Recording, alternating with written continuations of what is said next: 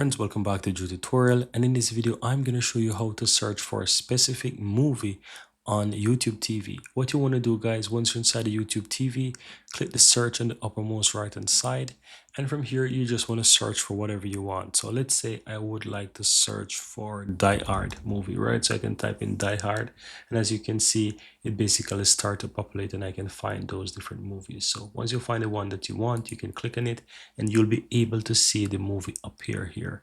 You can go ahead and you can start watching the movie from here, or as you can go ahead and you can start watching the movie from here. So as you look to the lower left hand side, you can see the play. You can click on that and you can start to play the movie. You can also add the movie to your library as well. So in the upper right hand side, you have this plus icon here right below the name. You click on that and it's going to add to your library. So once you go back to your library, let me go ahead and show you, you will see that you now have Die Hard added there. So you can watch this later if you so desire. And that's it. Very easy and very simple.